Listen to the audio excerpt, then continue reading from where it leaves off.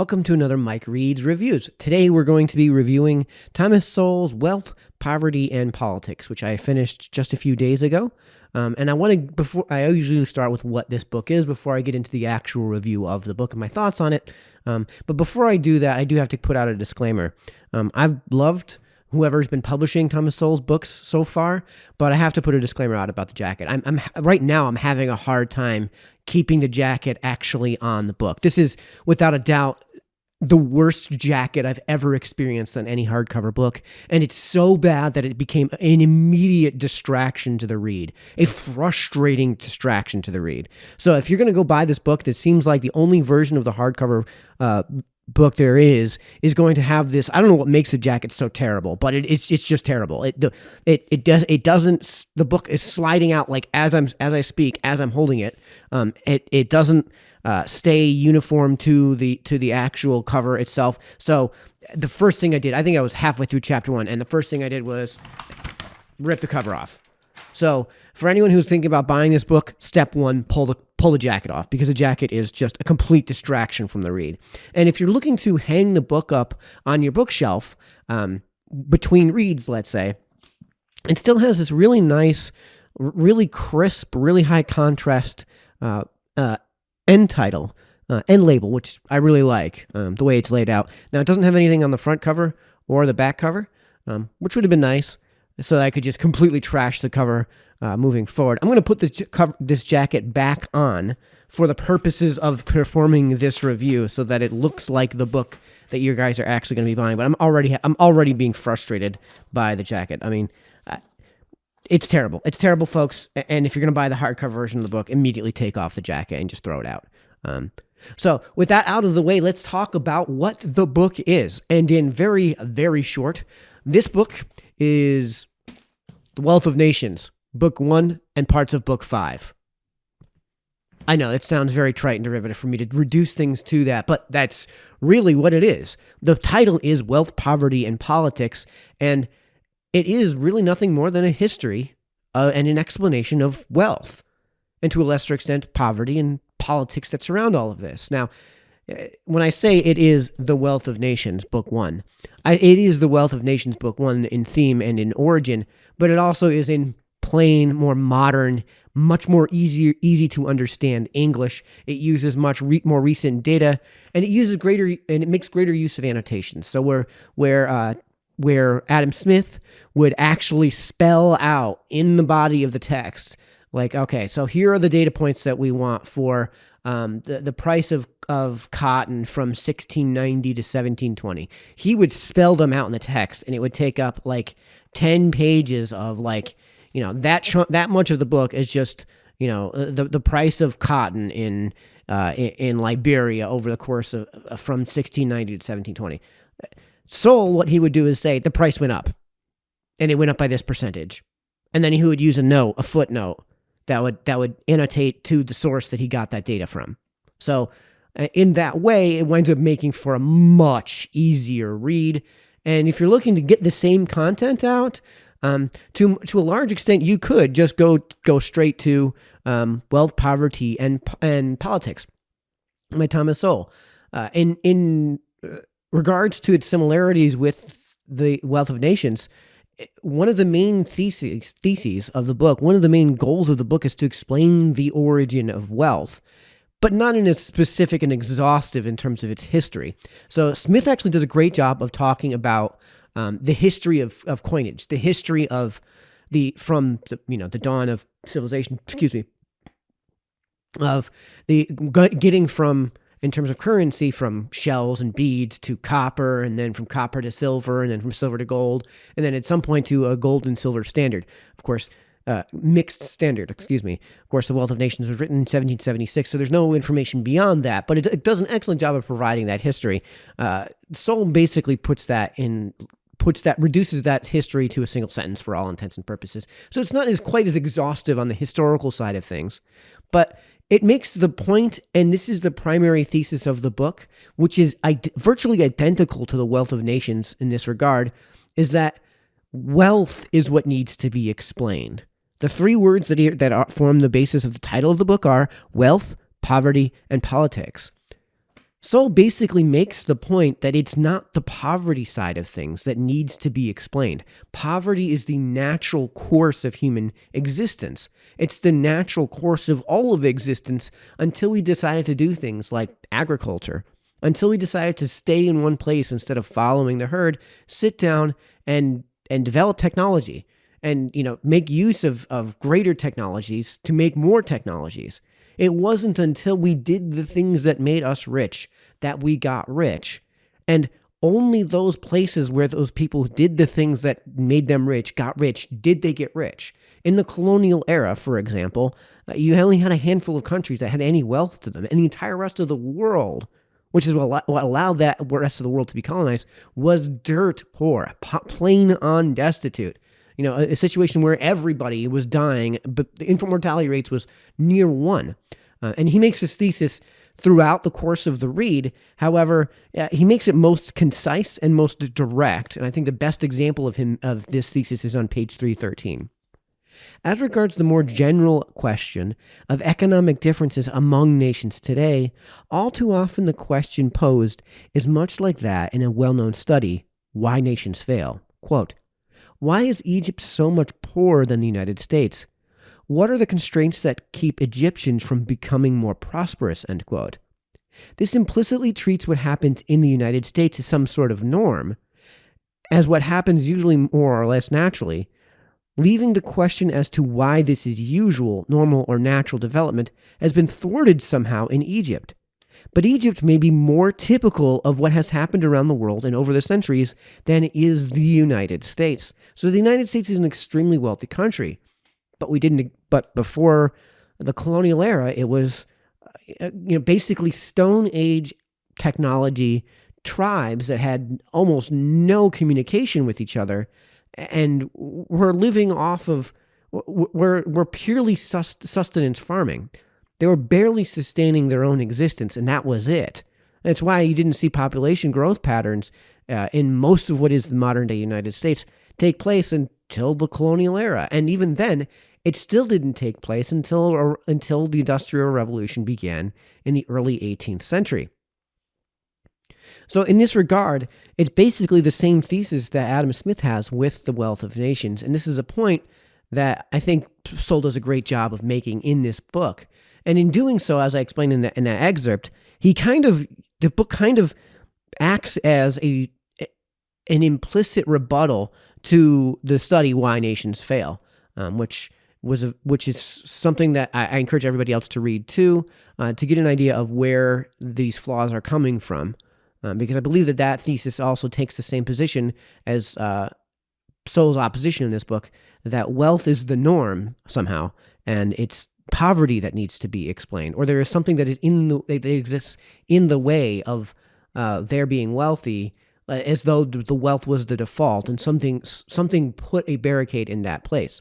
And as far as the politics you would derive from all of this, Sowell actually reserves that for the last few chapters, kind of like in the same way that Adam Smith reserves most of his normative claims, his opinions, his thoughts in general, for the 5th book.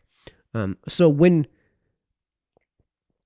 Smith reserves that for book 5. When building wealth, it is the things that tend to make the pie bigger which lifts all boats. This is a thesis that is shared with the Wealth of Nations and with Sowell. So the idea is, and I think this is an interesting part of the read, the way that Sowell presented this, because it was the way Sowell presents the book is basically just, here's the data, here's the data, here's the data, here's the data. And in the very end, in the last 3 chapters, here are the things that we should do. Here are the normative claims. Here is the politics of what we're seeing and what we should expect.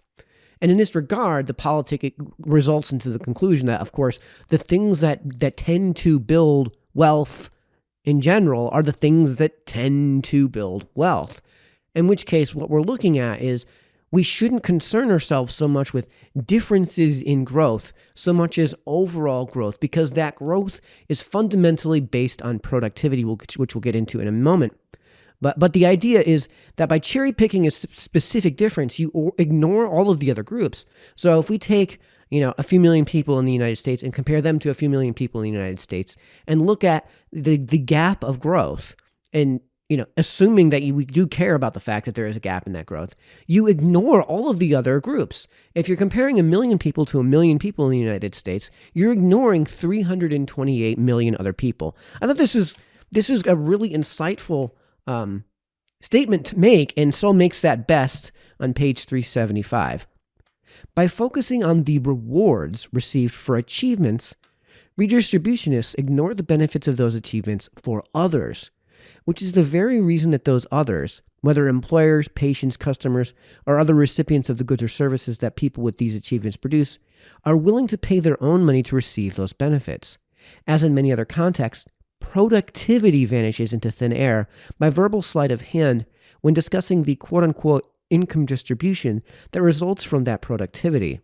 It is as if all that matters is the income difference between A and B, ignoring the benefits of their respective achievements for C, D, E, and many others. Ultimately, it is as if the internal distribution of the fruits of production is more important than the amount of production itself, on which the standard of living of a whole society depends. And as Smith points out in books mostly 2 and 3 in The Wealth of Nations, it is that productivity that backs that medium of exchange. So if you have a lot of things that represent that medium of exchange, they're representing a lot of productivity. If you just pull more oil, if you just make more seashells be part of the currency, then you're not increasing the productivity. So you're not actually increasing the value that you would get for those seashells, or as Adam Smith would say, or the same thing, the price thereof. And I think this is a great point that these two books share. And in that regard, another thing that they share is that they're broken up into 5 parts. And I know this is just like a structural standpoint, but I think because of the way that the two theses are being presented, it makes sense that those two styles of presentation, those two bifurcation into 5, or if those two separations into 5 corresponding parts, I think is kind of a natural element of the thing. And these 5 parts correspond almost perfectly with the 5 books of The Wealth of Nations, which go untitled, but they are still hearkening back to the same themes of Book 1 in the case of Thomas Sowell. So those 5 parts in Wealth, Poverty, and Politics are geographic factors, cultural factors, social factors, political factors, and conclusions. And like Smith, Sowell reserves the politics and the opinion until the 5th part, which he calls conclusions. Until then, it's just raw data and plain statements of fact. Endless raw data, endless plain statements of fact. And in that regard, it's kind of a dry read by most people's standards. But that's how it's actually presented. And I think in order to present it the way that he wants to present it in this book, that's probably the way to go about this. Now, that said, the politics, once they reveal themselves, coincide with the main thesis in a way that's reminiscent to Thomas Sowell's Intellectuals and Society. Now, I did a review on this book on this channel, and I'll put a link to that in this video's description. But in this case, I consider Wealth, Poverty, and Politics to be an improvement on Intellectuals and Society in those regards, and I'm full on doubling down on my previous review of Intellectuals and Society. It seems to me like this is all of the complaints that I had in Intellectuals and Society, and said all of the things that I said, I would love to have seen him go about things this way. I'd love to have seen this change be made. I would love to have seen more of this. All of those things are improved upon in this book. All of my complaints are full on addressed in this book. Now, I don't know what the exact chronology of the books are because he constantly updates these issues, these books. So I don't know exactly what the chronology is here, but yeah, I would consider this to be a marked improvement on all of the complaints I had on Intellectuals and Society. And one of those main complaints was in Intellectuals and Society, because he had to basically beat you over the head with the thesis, because it was so difficult to say what the thesis even is, he had to keep basically smattering in, this is why these intellectuals are wrong, right? So instead of saying they're wrong, here's what they say, here's why that's dumb, Wealth, Poverty, and Politics presents that as, here's the raw data, then here are some reasonable conclusions to be made from that raw data, and here are the opposing conclusions that don't line up with the data, and basically allows you to come to the conclusion that these ideas are dumb. These opposition ideas are dumb. Whereas in Intellectuals in Society, he says basically outright, these ideas are dumb. These people and their ideas are dumb. Now let me prove why these people and these ideas are dumb. Rather than, here's the history of wealth, and here's some conclusions that you would draw from the history of wealth and how wealth is built. And once you come to those conclusions, yeah, you should agree that those ideas are dumb. So as far as the presentation is concerned, I think it's a much more organized presentation. I think that in doing this, it's drier and more on the nose, which is kind of my style. The other thing that I want to point out as a way of differentiating between Intellectuals in Society and Wealth, Poverty, and Politics is that Wealth, Poverty, and Politics is much shorter. It's much more concise, and I think that's probably because of the on-the-nose presentation. He gets much more to the point. And I did mention that in my review of Intellectuals in Society, that it kind of felt like work throughout most of the book.